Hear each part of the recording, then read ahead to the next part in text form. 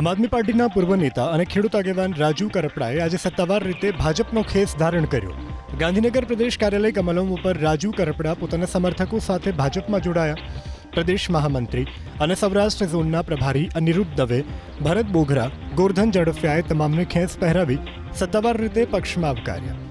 રાજુ કરપડાની સાથે આમ આદમી પાર્ટીના કિસાન મોરચાના સંગઠન મંત્રી અમૃત મકવાણા, માલધારી સમાજના અગ્રણી નાથાભાઈ, નીતિન પટેલ, કેડી ઝાલા, રાજેન્દ્રસિંહ રાઠવા અને ધીરુભાઈ મેલાલિયા સહિત અગ્રણી નેતાઓએ પણ ભાજપનો ખેસ ધારણ કર્યો. ભાજપનો ખેસ ધારણ કરનાર રાજુ કરપડાએ પ્રતિક્રિયા આપી કે જેલમાં ગયું ત્યારે મંથન કરતા સમજાવું કે ખેડૂતોનું હિત ઈચ્છવું હોય તો સત્તા પક્ષ સામે માત્ર નારેબાજી કરવાથી કામ નહીં બને.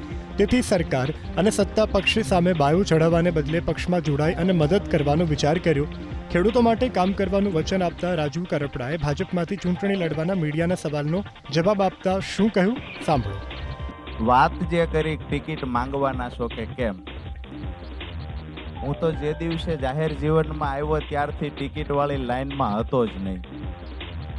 લડવાનું એ પાર્ટીમાં હતો તે દિવસે પાર્ટીએ નક્કી કર્યું હતું ને અહીંયા શું તો આ પાર્ટી નક્કી કરશે. જે પાર્ટીમાં છીએ ત્યાં વફાદાર સૈનિકની ભૂમિકા અદા કરવી એ મારું કામ છે. લડાવવા લડવું શું કરવું એ પાર્ટીનો નિર્ણય છે. આગામી દિવસોમાં વફાદાર સૈનિક તરીકે રાજુ કરપડા ત્યાં પણ હતો ને અહીંયા પણ વફાદાર સૈનિકની ભૂમિકા અદા કરશે. સત્તાવાર રીતે ભાજપનો ખેસ ધારણ કર્યા બાદ રાજુ કરપડા અને નાયબ મુખ્યમંત્રી હર્ષ સંઘવી વચ્ચે મુલાકાત થઈ. ગાંધીનગરના સર્કિટ હાઉસમાં હર્ષ સંઘવી, રાજુ કરપડા વચ્ચે મુલાકાત થઈ છે.